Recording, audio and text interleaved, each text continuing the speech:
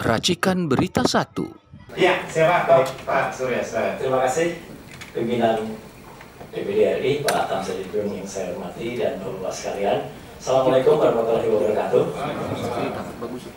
Teman-teman, Pak Marwan, Pak Refri, Dr. Tifa, dan semua sahabat-sahabat semua. Izin saya nanti sedikit menggunakan alat bantu untuk supaya lebih memudahkan kita semuanya agar pemahaman kita sama. Boleh dimulai, Mas? Ya. Jadi apa yang sekarang terjadi itu adalah sesuatu yang dulu timbul di dalam forum diskusi yang namanya Kaskus. Kaskus adalah kependekan dari Kasak Kusum. Itu adalah forum resmi orang Indonesia, dibuat oleh mahasiswa-mahasiswa kita dulu yang berada di Amerika mulai semenjak tahun 1999. Salah satu tokohnya adalah Andy Davis. Ya, dan kemudian Kaskus ini sangat terkenal, terutama untuk forum jual beli.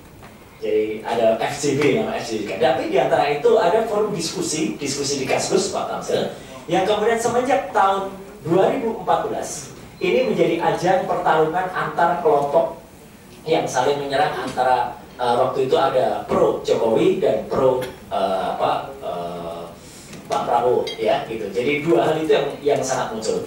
Next, silakan, Mas. Ya, jadi salah satu akun selain Fukufafa adalah Gibran ini memiliki akun resmi di Kaskus namanya Cilipari. Sebagaimana kita tahu, Cilipari Catering adalah catering resmi milik dia. Dan yang kemarin dinamaikan, kenapa kemudian kita perlu dan rakyat Indonesia sangat tergerak, karena beberapa ungkapan-ungkapan dari Gibran ini atau dari Fukufafa ini, itu adalah menunjukkan kata-kata yang sangat tidak pantas. Ayo kita mulai. Lanjut, next. Nah, jadi selain itu juga ini salah satu yang nanti saya gunakan untuk perbandingan adalah akun Instagram resmi dari Gibran Rakabuming Raka. Lanjut, next. Nah, mulai dari sini. Jadi mulai dari sini ini ada akun resmi juga di namanya Cilipari, dan dia sempat ini kelepasan gitu. Jadi dia nulis tanggal tua, enaknya ngedit foto terus nge-share berita hoax di Kaskus. Jadi sebenarnya dia udah ada niat ini untuk melakukan itu. Next, lanjut.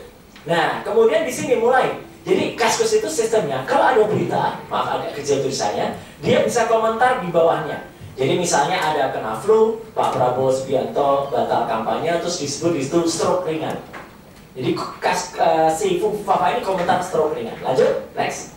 Nah, kemudian di sini juga, jadi udah dibela-belain jadi mualaf, ditinggalin istri dan lain sebagainya. Saya sampai tidak dibacain dong, nggak apa-apa. Iya.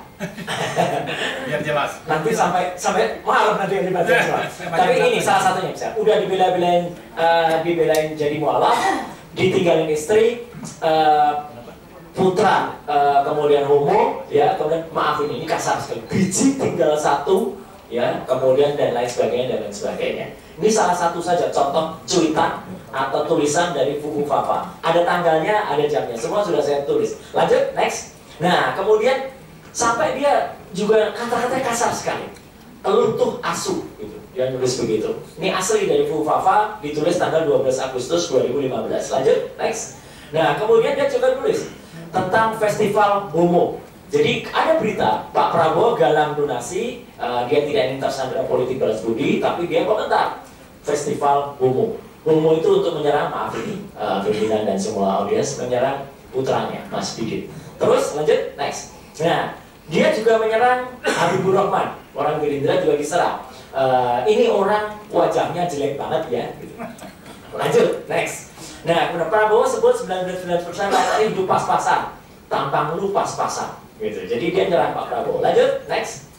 Nah, kemudian ini juga istri cerai, anak homo, terus hidup mau untuk siapa, gitu ya.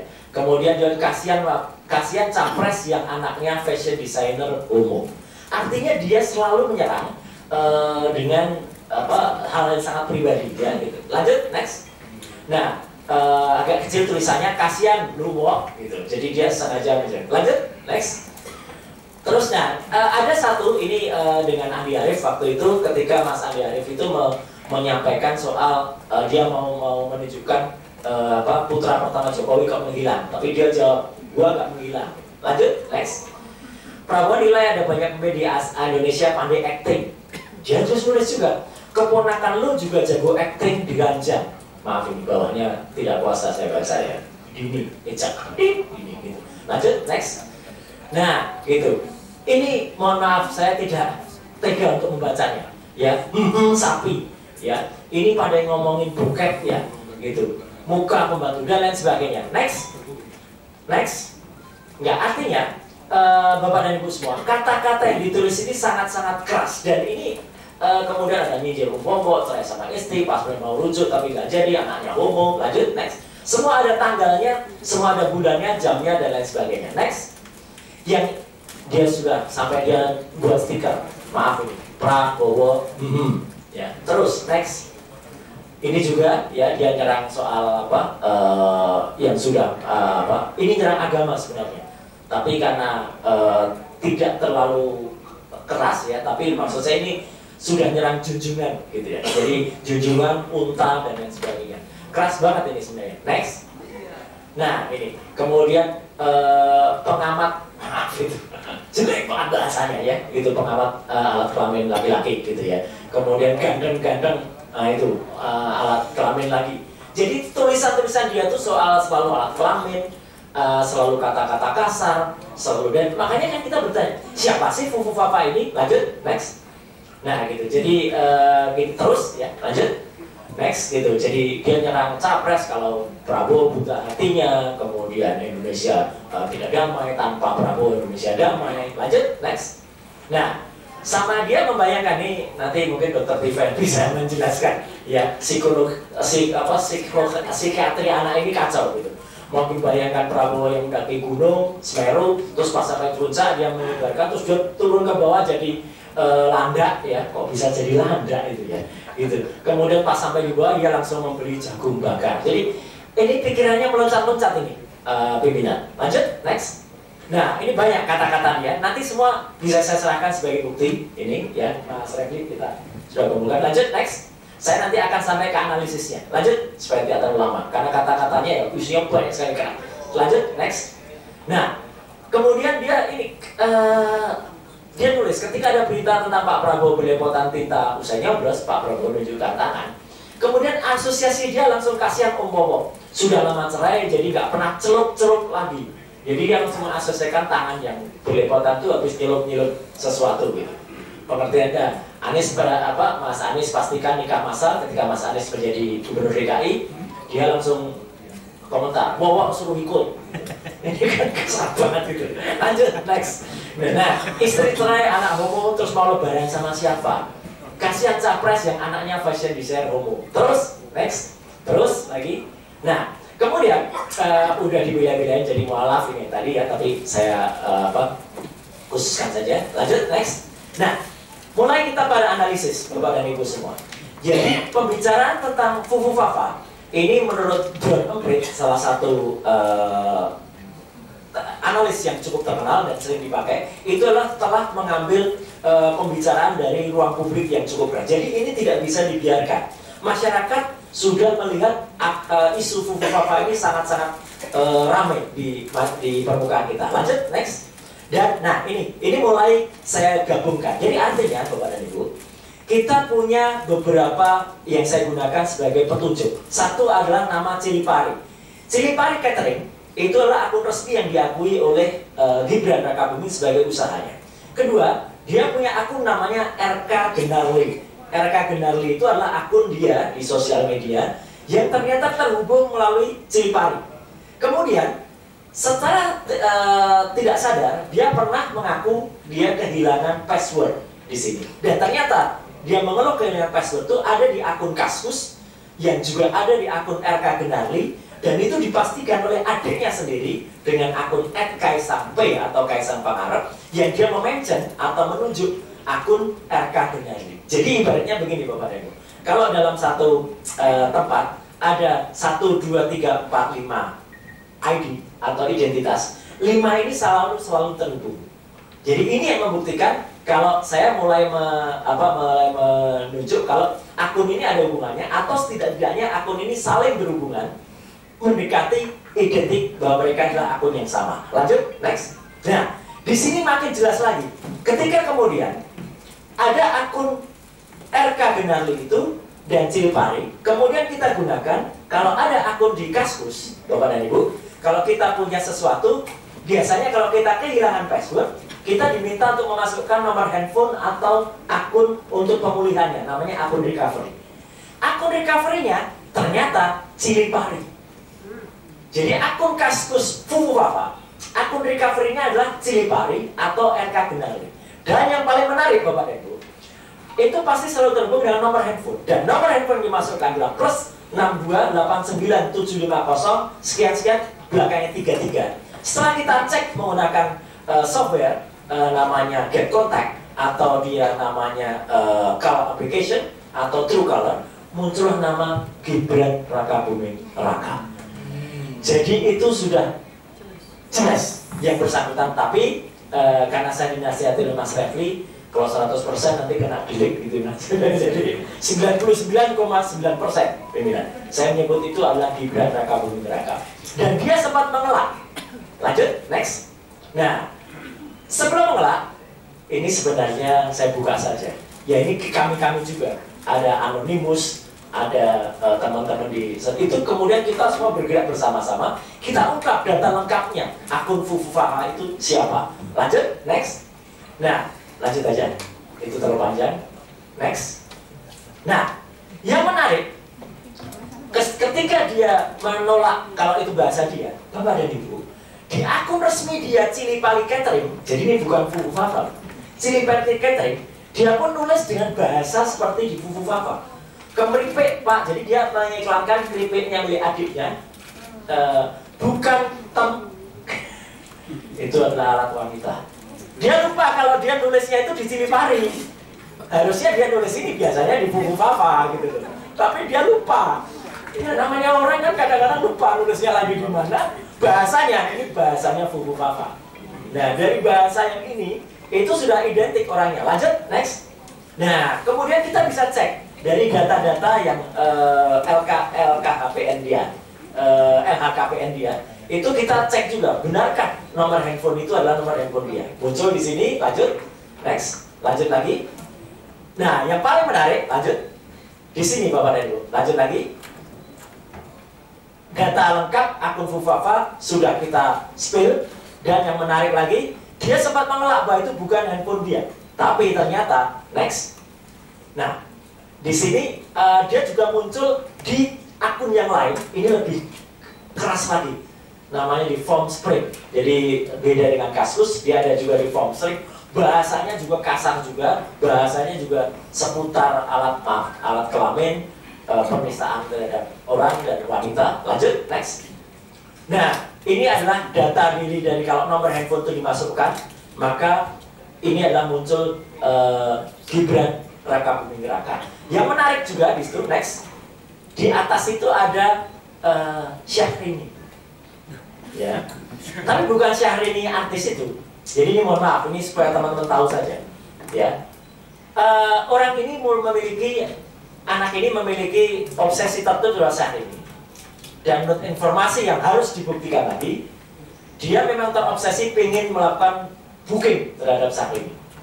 Dan sempat anak buahnya itu melakukan pencarian orang yang mirip-mirip Syahrini atau Syahrini Cafe, dan sama brokernya atau maaf ini gigurunya atau ibunya, apa itu ibu ya, bukan ibunya itu sama mamanya itu ya germonya itu di Mucikari, disimpanlah nama Fufufafa ini sebagai CS yang jadi customernya Syahrini. Jadi sudah kelakuannya sudah luar biasa. Lanjut, next. Jadi nama dia pun terekam. Inilah data digital Bapak dan Ibu. Dan data-data ini, dengan hormat, saya bisa pertanggungjawabkan 100%. Ya, tidak akan bohong, tidak akan tertipu. Lanjut, next. Nah, bahkan mereka berdua, ini ada rekamannya ketika diwawancara oleh Kumparan.com, serta tidak sadar ketika ngobrol soal sepatu bekas, tiba-tiba Gibran ini mengatakan, oh bekas ya, pre-love Syahrini. Jadi dia itu sudah, ini nanti dokter Tika yang bisa jelasin, otaknya itu sudah dipenuhi dengan kecenderungan untuk tertarik pada sosok tertentu. Lanjut, next. lanjut, ini videonya terlalu panjang. Nah ini, jadi artinya, inilah yang tadi saya sampaikan, RK GBR itu Raka Gibran. Jadi ini membuktikan kalau akun-akun ini memang benar, Raka Gibran itu jelas, gak ikut kampanye papa tercinta, gitu ya. Nah itu artinya kan baik ayahnya Jokowi. Lanjut, next. Kemudian ini identifikasi di Kaskus, lanjut, next saja terlalu kecil. Nah ini yang sangat penting Bapak dan Ibu. Sempat dia mencoba memanipulasi, dan kalau kemarin Prof. Jimli mengatakan, udahlah kejahatannya sudah 10 tahun yang lalu, gitu Pak Tamzil. Tidak. Kejahatan dia, ada kejahatan yang baru. Betul, kejahatan kata-kata yang tidak sopan itu 10 tahun yang lalu. Atau bahkan 5 tahun. Tapi dia berusaha mengubah identitasnya kemarin. Ketika nomor handphone yang sudah ketahuan nomor dia, itu kemudian diubah menjadi nama Slamet. Supaya menyarukan, kan ada beberapa orang yang mencoba transfer GoPay ke dia. Dia ubah, itu pelanggaran. Dan dia juga menghapus cuitan-cuitan tadi. Itu sekarang kalau dicari, mungkin sulit untuk mencari teman-teman. Karena sudah dihapus. Alhamdulillah kita sudah selamatkan. Kita sudah capture, tidak hanya capture. Sesuai dengan Undang-Undang ITE nomor 1 tahun 2024, saya rekam juga linknya. Jadi linknya semua ada. Jadi itu sesuai dengan Undang-Undang ITE pasal 5 ayat 1, itu clear untuk alat bukti di kepolisian. Dan yang paling menarik, ketika dia menolak bahwa itu adalah nomor handphone dia, Bapak dan Ibu, pada form pencalonan wali kota Solo tahun 2020, dia menuliskan dengan tangan dia sendiri nama Gibran Raka Buming Raka, nomor handphonenya 089750 sekian 33. Dia lupa kalau dia dulu menuliskan nomor handphonenya adalah nomor handphone dia. Lanjut, next. Nah, Bapak dan Ibu, ini kecil-kecil, tapi ini adalah penggambaran bagaimana akun Kaskus Furufafa itu tidak hanya terhubung ke situs-situs atau pemberitaan saja, tapi dia juga terhubung ke situs porno di Rusia, terhubung ke video-video bokep atau video BF, semua ada. Dan ini adalah link yang bisa kita gambarkan. Semua ada. Ada ekspor, ada kemudian Pornhub dan lain sebagainya. Lanjut, next. Nah, memang anak ini aneh. Bapak dan Ibu mungkin pernah mendengar. Dulu dia punya kafe namanya Martabak Kota Barat di Solo. Ketika belum diprotes masyarakat, salah satu gambar di kafe Markobarnya itu adalah Illuminati, orang dengan mata satu atau Dajjal. Tapi dia beralasan, enggak kok, itu kan segitiga, simbol persatuan dari saya sama 2 temannya lagi yang usaha. Jadi menurut saya, memang kalau istilahnya netizen sekarang ini suka canda di tepi jurang gitu ya. Artinya nyerempet bahaya, tapi ya menurut saya sudah kelewatan. Next, saya sampai ke akhir supaya tidak terlalu lama. Next lagi. Nah, jadi ini nomornya dia 089750282233 tadi. Next. Nah, sampai dia juga melecehkan Sarah. Jadi dia hanya agama, Sarah ya. Teman di Papua juga dia lecehkan, kulitnya hitam lah, apalah, kayak kayak monyet lah gitu, dia mengatakan begitu. Jelas itu ada kalimatnya. Next. Lanjut. Kemudian dia ini untuk menggambarkan kalau akun Cilipari, akun RK Genarli itu memilih dia. Lanjut, next. Dan ini tadi gambar-gambar link tadi terhubung ke RedTube, Chatterbait, Xhamster, Spinebank dan lain sebagainya. Lanjut, terakhir, next. Ya, jadi situs Indonesia yang porno pun ada, semprot.com pun dia juga masuk ke sana. Next. Dan ini gambaran dari ini, analisis dari drone emprit menunjukkan perbincangan tentang Furufafa. Lanjut, next. Dan ini data dia sesuai dengan data yang ada di TPS-nya juga. Lanjut, next. Ini dia sempat mengubah tanggal register, tapi dijawab oleh CEO Kaskus, mustahil. Jadi sudah dilindungi juga supaya tidak dibawa. Next, dan warganya saling transfer. Next, itu tadi yang ada. Next, dan yang terakhir, oke. Ya, yang terakhir, pimpinan DPD yang saya hormati dan teman-teman semua, tidak hanya saya yang sudah menyampaikan, sebenarnya videonya ada, tapi terlalu panjang untuk dimuat, jadi saya izin tidak memutarnya, tapi nanti sebagai bukti kami ke DPD, BSSN, Badan Cyber dan Sandi Negara, itu sudah mengkonfirmasi sebenarnya akun Furufafa itu adalah Gibran Raka Buming Raka, dan ya sudah BSSN, dan itu sudah dimuat di bocor alus Tempo. Dan sempat ditanyakan ke yang bersangkutan, nah inilah anak ini bohong, menjawab tidak. Tapi lucunya, bapak-bapak dan bapak ibu semuanya, adiknya Kaisar Pangarep ketika ditanya menjawab itu milik Kak Gibran. Jadi anak ini bohong dalam waktu yang belum lama. Jadi artinya kalau itu sesuai dengan undang-undang sudah melakukan tindakan tidak terpuji, saya kira benar. Sekian, terima kasih. Wassalamualaikum warahmatullahi wabarakatuh. Jadi ini kesalahan besar DPD Pak Kamsil. Iya kan? Harusnya kita diterima sebelum pelantikan. Kita tercatat dalam sejarah punya wakil presiden yang kayak begini. Memalukan. Memalukan. Dokter Tipa. Lanjut, siapa Dokter Tipa? Silakan.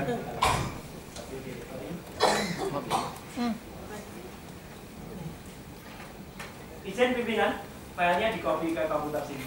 Oh iya, silakan. Bismillahirrahmanirrahim. Assalamualaikum warahmatullahi wabarakatuh. Waalaikumsalam.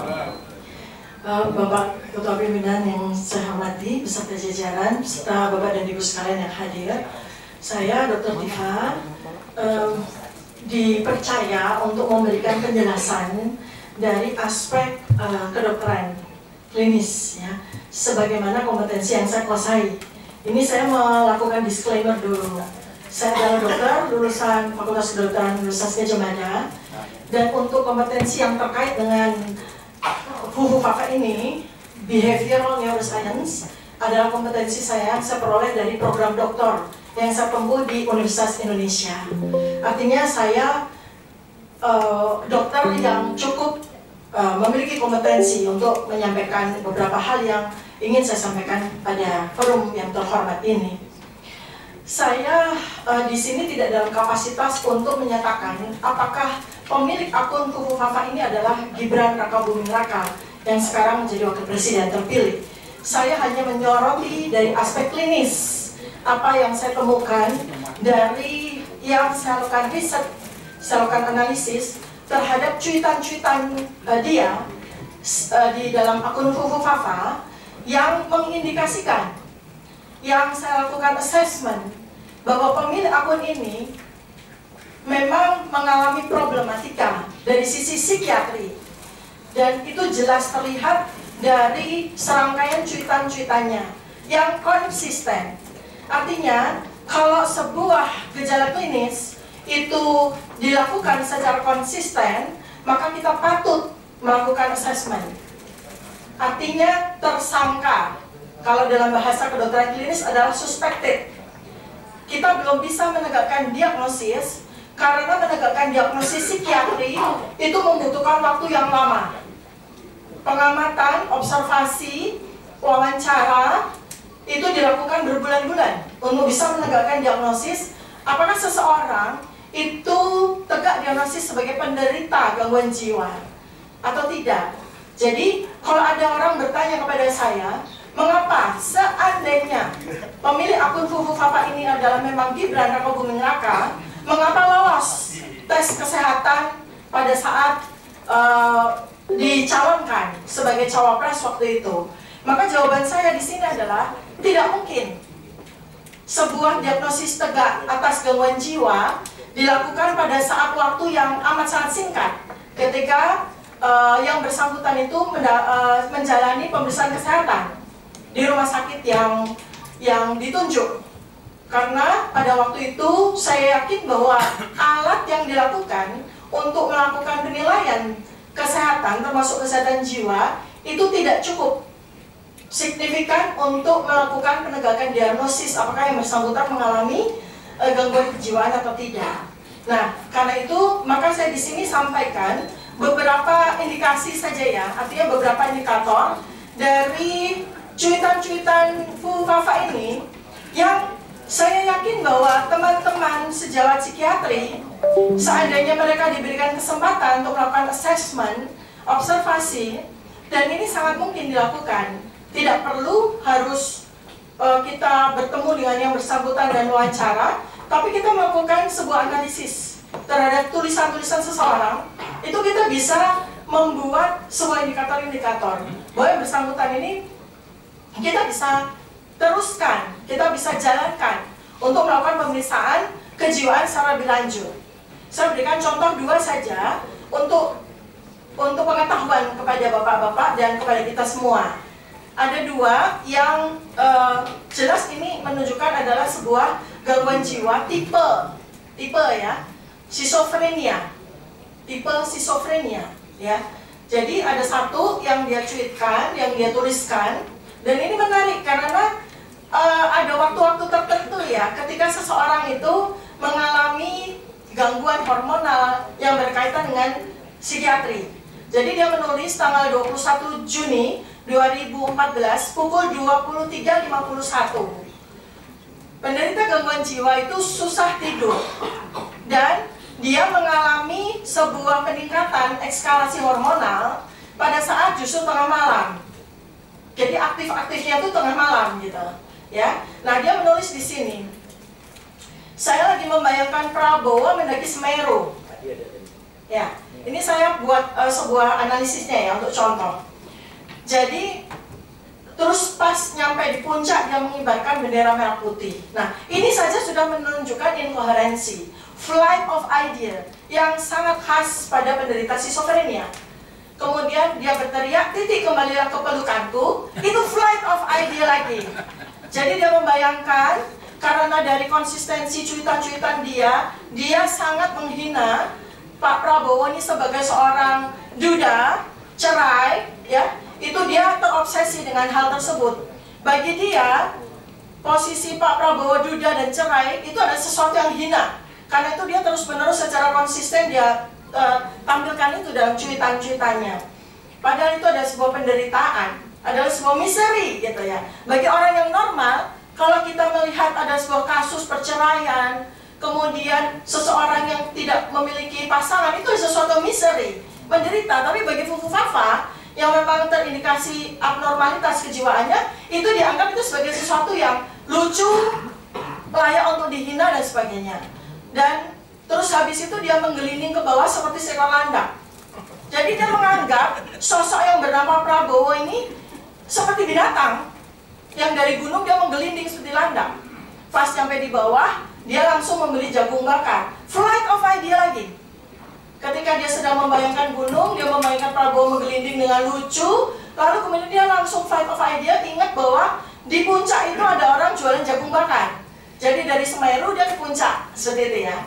Nah ini banyak sekali apa simptom-simptom schizophrenia itu muncul. Satu lagi yang saya temukan, ini menarik sekali. Dari cuitan dia yang dia lakukan 19 Juni 2014 pukul 22.21. Pada saat kita mau berangkat tidur dia malah aktif ya. Nah, dia menuliskannya begini. Garuda merah adalah burung yang sedang mengalami menstruasi. Dari kalimat ini saja sudah aneh ya.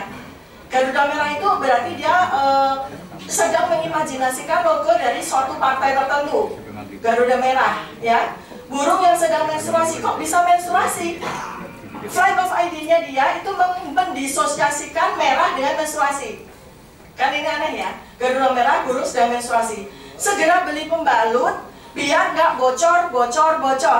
Kita mengasosiasikan bahwa seseorang yang pada waktu tahun 2014 itu sering sekali menyebutkan bocor adalah Pak Prabowo pada saat kampanye pada waktu itu ya. Jadi dia membuat itu sebagai sebuah fantasi yang deduktif sifatnya, bersifat paham sifatnya ya.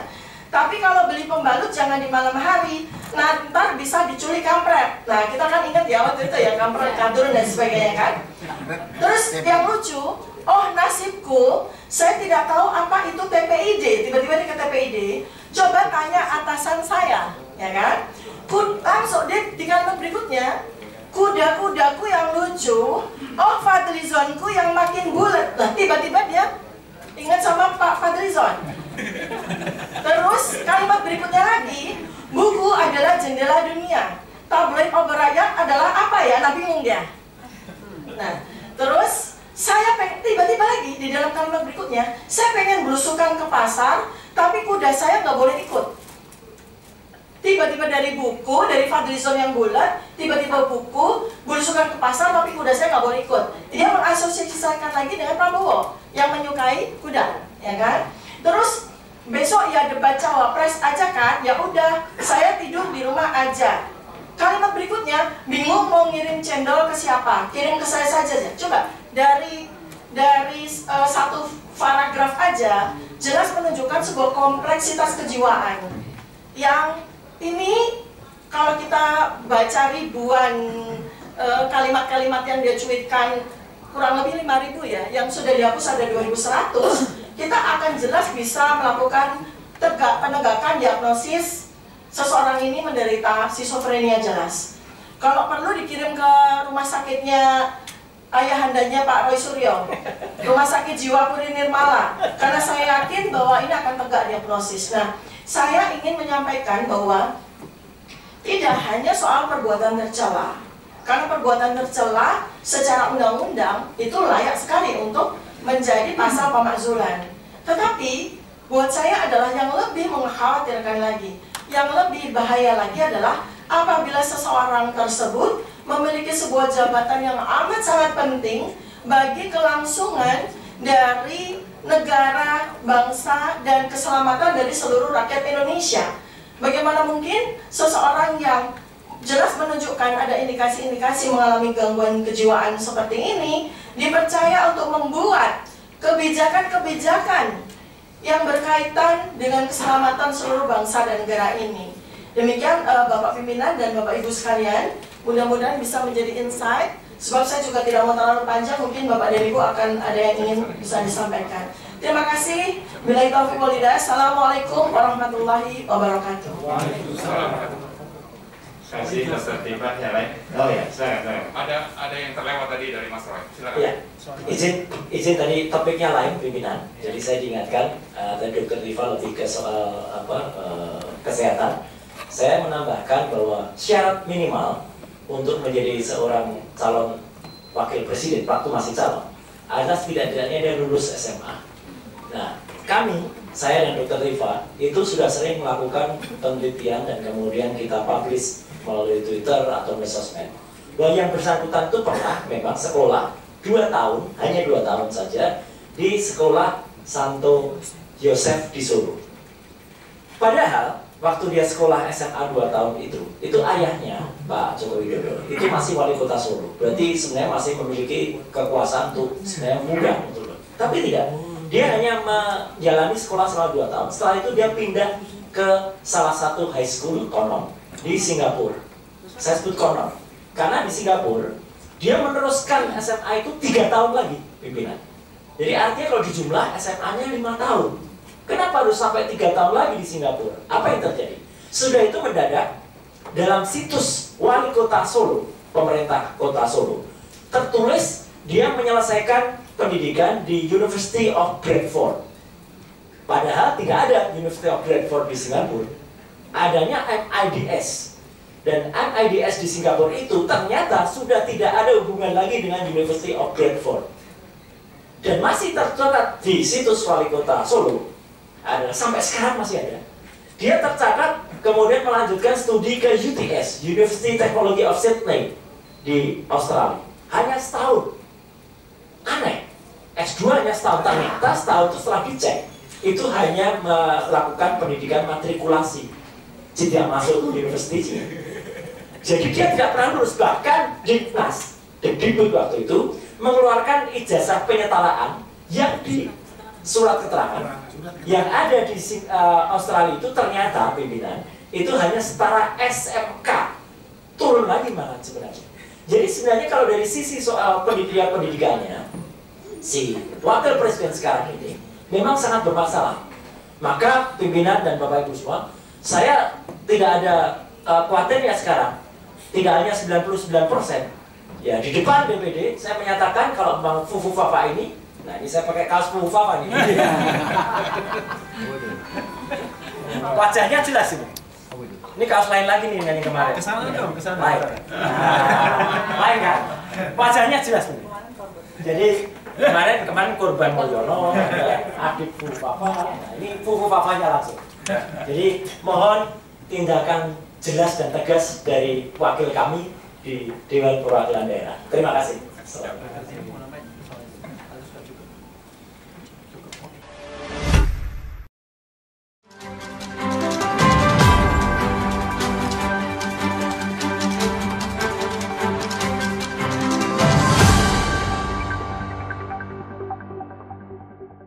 Racikan Berita 1.